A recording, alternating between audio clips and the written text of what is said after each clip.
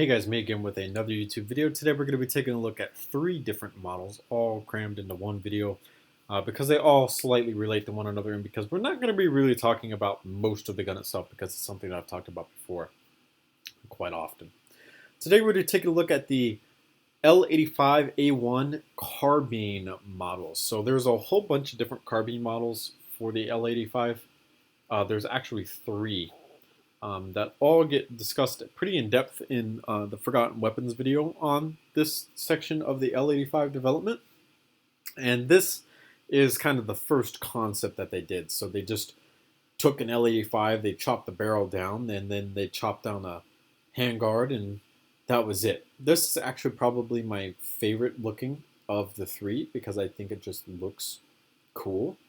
But this is actually not the version that they ended up adopting. So then they had this second version of this thing. So they removed the handguard entirely, and they instead replaced it with this custom fabricated receiver extension with the L86 monopod grip attached to it. So again, that's no big deal. This still looks pretty cool. I do like this design, but it's not, you know, the perfect thing. It's not what the military inevitably settled on getting.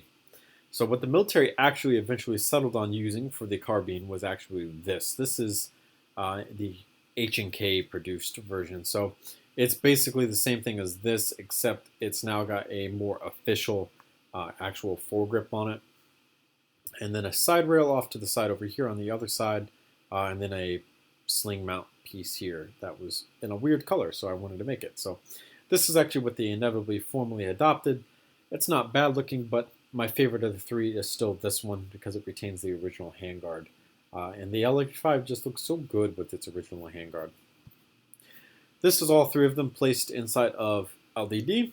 I'm not going to be really talking about them. I'm just going to kind of do a couple rotations around them, and then that'll be it, really, because this is all stuff that you guys have kind of seen before. I haven't done any over-the-top techniques on any of these or anything. They're all relatively the same thing in terms of base because it's just an L85, and I've done quite a bit of the L85 before, so it's, you know, no big deal. This is just something that I wanted to do because I have the L85, and why not, really? If you got something and they have different versions of it, why not make the different versions of it? Put some attachments on it, things like that, right? So that is the L85A1 experimental carbine family. This is all 3 of them as far as I know altogether. With this being the first one, this one kind of being in between, and then this one being the one that they actually formally adopted. So thank you guys so much for watching. Remember to comment and subscribe for more videos similar to this one. I'll see you guys later in another YouTube video another time.